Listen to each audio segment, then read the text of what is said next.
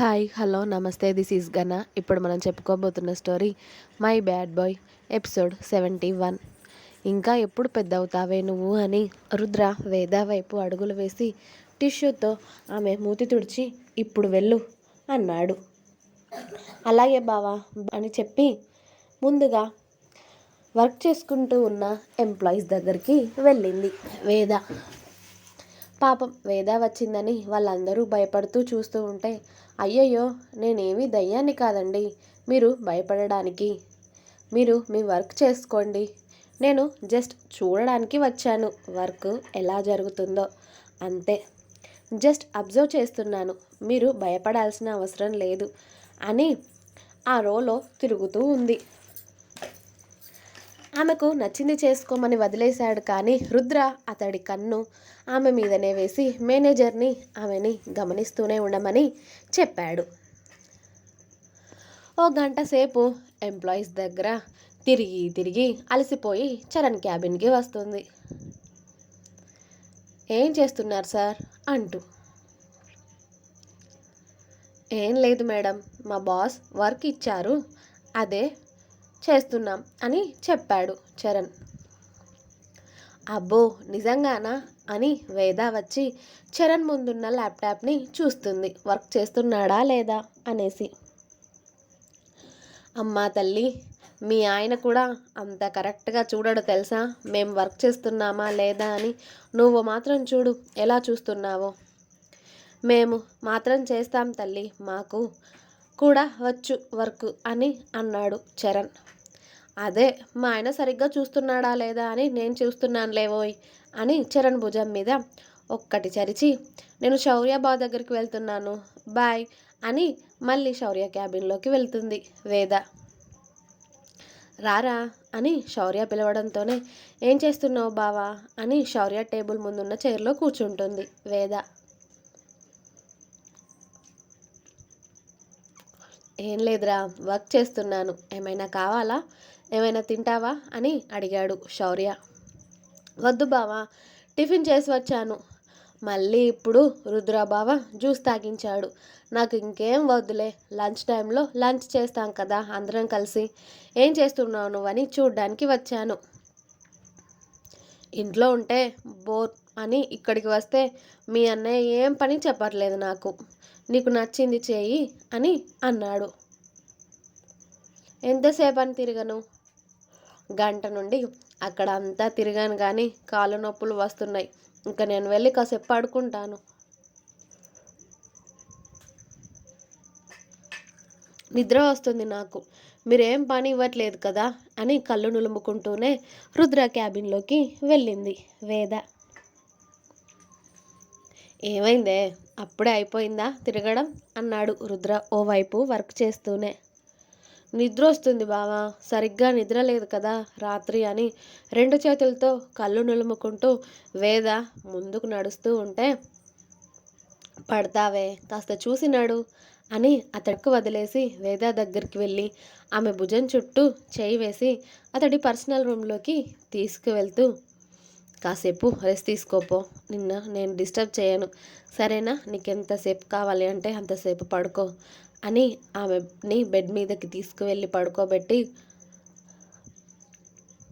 ఆమె తలనిమిరి ఆమెకు బ్లాంకెట్ కప్పి లైట్ ఆఫ్ చేసి ఏసీ అడ్జస్ట్ చేసి ఆమె పక్కనే కూర్చొని ఆమె తలనిమురుతూ ఉన్నాడు రుద్ర.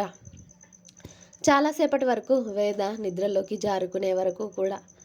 ఆమె పడుకున్న తర్వాత ఆమె నుదుటిన ముద్దు పెట్టుకొని ఆ డోర్ దగ్గరికి వేసి అతడి క్యాబిన్లోకి వెళ్ళి ఇక వర్క్లో మునిగిపోయాడు.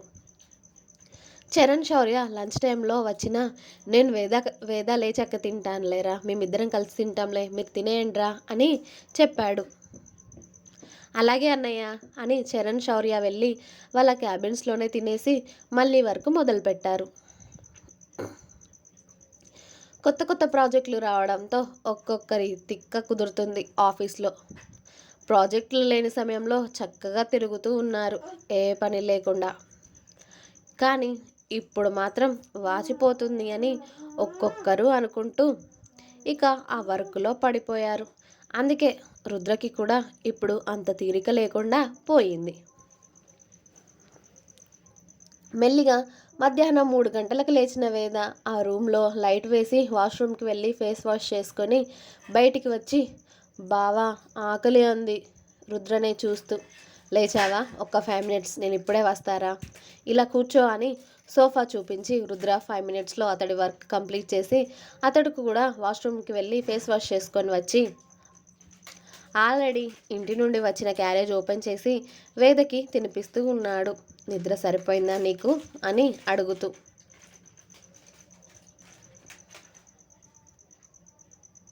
హా, బాగా పడుకున్నాను. మళ్ళీ నైట్ నువ్వు పడుకోనివ్వవు కదా అని అంది బుగ్గల నిండా అన్నం పెట్టుకొని నములుతూ.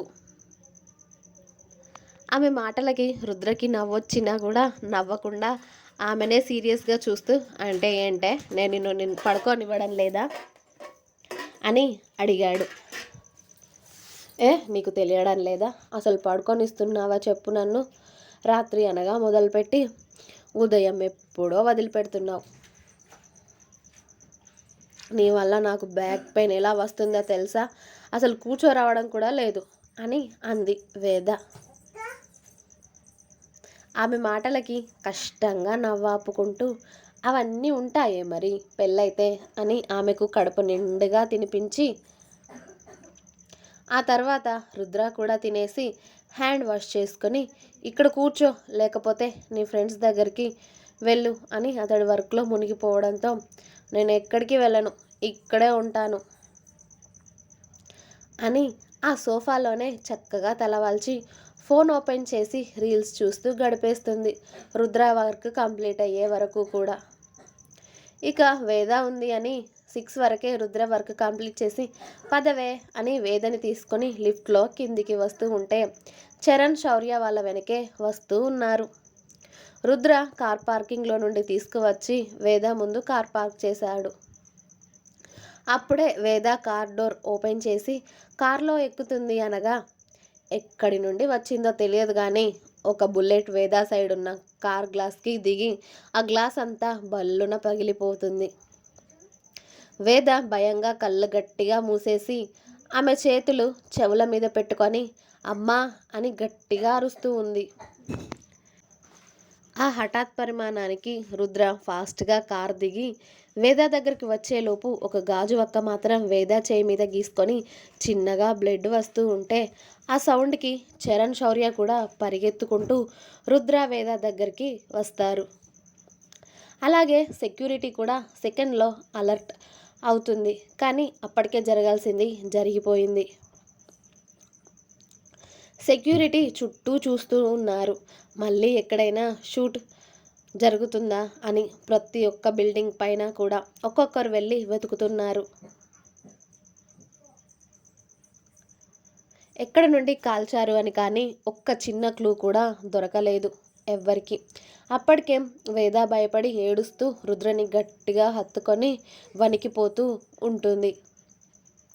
ఆమె భయం అర్థమైన రుద్ర ఆమెను భద్రంగా అతడి కౌగిట్లో దాచుకొని, ఏం కాలేదు, ఏం కాలేదమ్మా అని చుట్టూ చూస్తూ ఉంటాడు అతడి డేగ కళ్ళతో. కానీ రుద్రకి కూడా ఏ ఒక్క చిన్న క్లూ కూడా దొరకలేదు. అలాగే సెక్యూరిటీ వైపు చూస్తాడు చాలా కోపంగా. ఇంతమంది ఉండి ఏం లాభం, ఇలా జరిగింది అన్నట్టుగా.